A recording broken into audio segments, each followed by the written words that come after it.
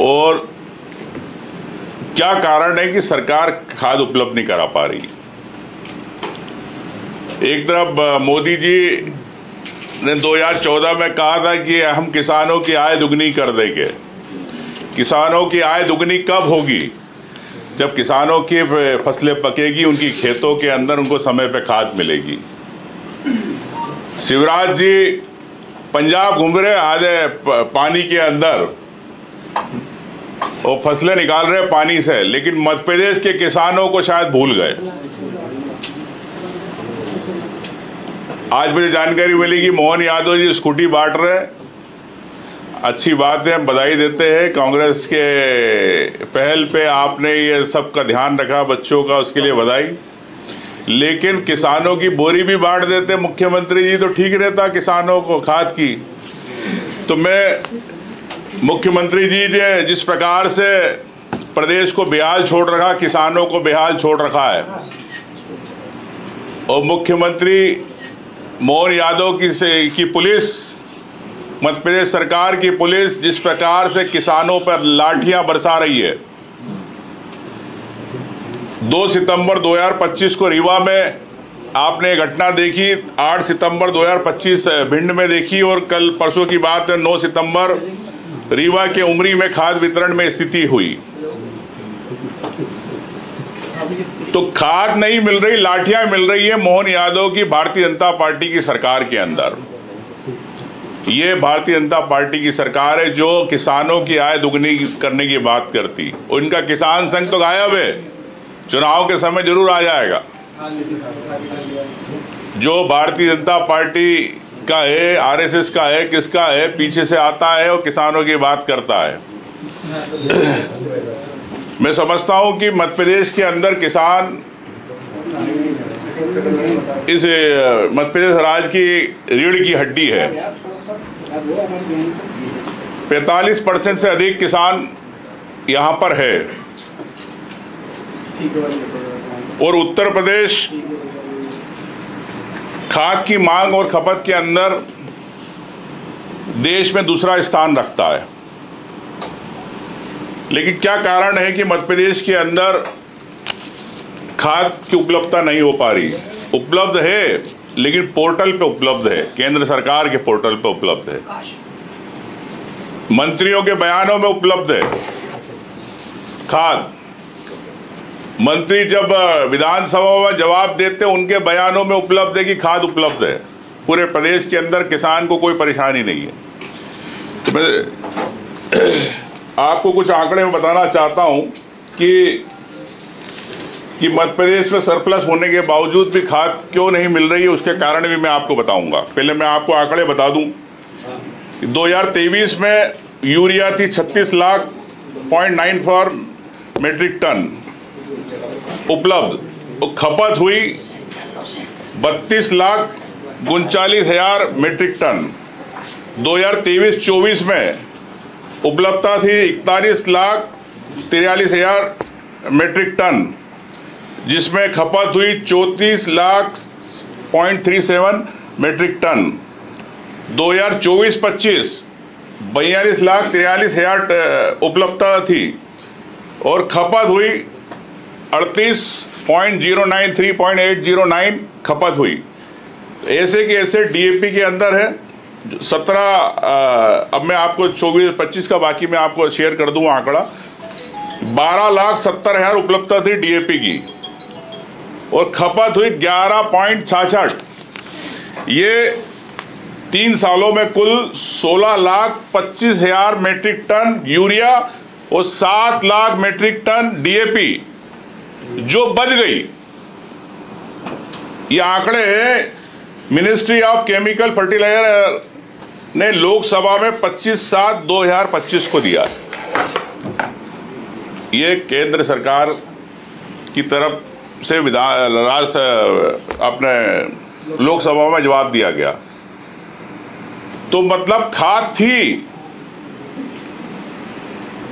लेकिन किसानों तक नहीं पहुंची। क्या कारण है कि खाद किसानों तक नहीं पहुंची? और ये तो 3 वर्षों के बाद मैं आपको और जानकारी देना चाहता हूं, मई और जून 2025 में खाद सरप्लस रही, 3 वर्षों को छोड़ दे तो।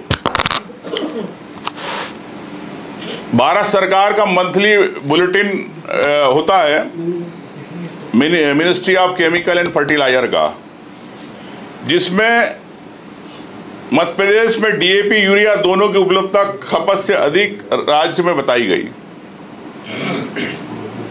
आप चाहे तो आप खुद बुलेटिन देख सकते हैं। 1.5 लाख करोड़ का पूरे देश का बजट है और जेपी नड्डा जी राष्ट्रीय अध्यक्ष जी इस केमिकल और फर्टिलाइजर डिपार्टमेंट को देखते हैं। एक तरफ शिवराज जी और मध्य प्रदेश में मोहन यादव, तीनों भाजपा के बड़े चेहरे। क्या तीनों में समन्वय नहीं है केंद्रीय स्तर पर? क्या प्रदेश की राजनीति में मोहन यादव शिवराज जी का समन्वय नहीं है किसानों को लेके? डिस्ट्रीब्यूशन को लेके बार बार सरकार बात करती है कि डिस्ट्रीब्यूशन की दिक्कत। मैंने विधानसभा में कहा था, सुझाव दिया था सरकार को कि क्यों ना आप खाद सोसाइटी के बजाय हर पंचायत में पहले आप उस किसान की वहां पे पंचायत स्तर पे मांग बुलवा ले, उतनी खाद वहां पहुंचा दे।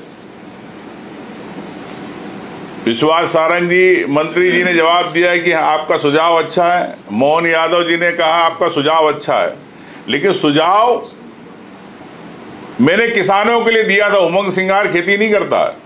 मैंने किसानों के लिए सुझाव दिया था, किसानों को खाद उनके गांव में पहुंचे, उनकी पंचायत में पहुंचे। लेकिन सरकार लीपापोती करती है, भाषणबाजी करती है, लेकिन किसानों के आंसू नहीं पहुंचना चाहती।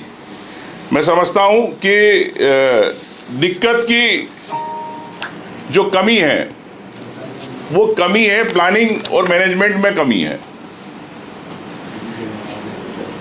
केंद्र से कितनी मांगी गई आपने खाद, सरकार इसमें सच जवाब देना चाहिए सरकार को। अभी आप स्कूटी मुख्यमंत्री जी बांटेंगे तो उनसे ये भी पूछ लेना है कि खाद आपने कितनी मांगी केंद्र सरकार से, बताए। एग्रीकल्चर एंड फार्मर वेलफेयर कृषि इनपुट जोनल का आयोजन करता है भारत सरकार। हर राज्य को बताना होता है कि उसे खरीफ और रबी में कितनी खाद की जरूरत होती है। इसका मतलब आपने समय पर रबी और खाद की कितनी आवश्यकता थी केंद्र सरकार को बताया नहीं। अगर बताया, अगर खाद आई आपके यहाँ, तो इसका मतलब सरकार खुद इसके अंदर इन्वॉल्व है, सरकार के मंत्री और अधिकारी इन्वॉल्व है कालाबाजारी करने में।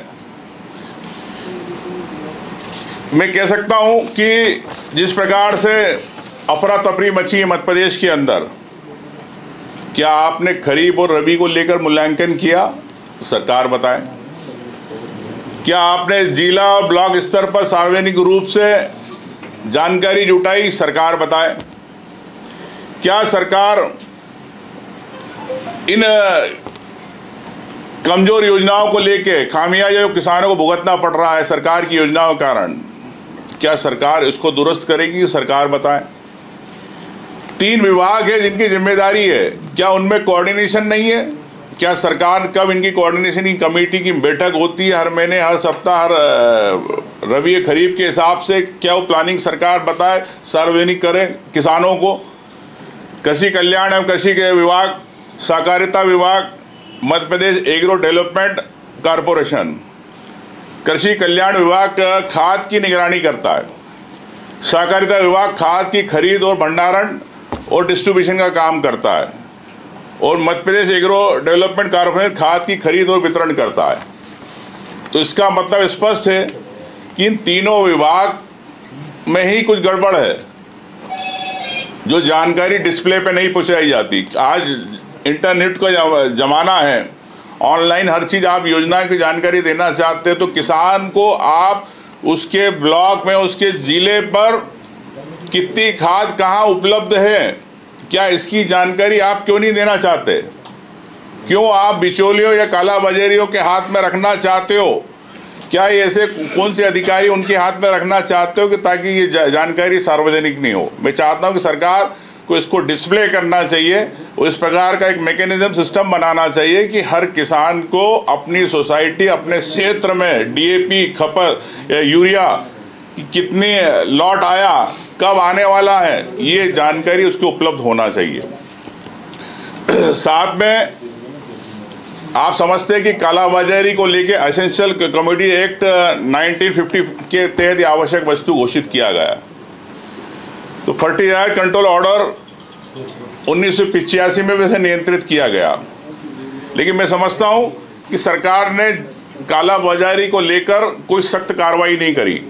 आप किसानों के पे लाठी पड़ रही है मोहन यादव की सरकार की, मोहन यादव की पुलिस की, लेकिन कालाबाजारिया को नहीं पकड़ा जा रहा। तो मैं समझता हूं कि सरकार को तत्काल इस पे समीक्षा करना चाहिए।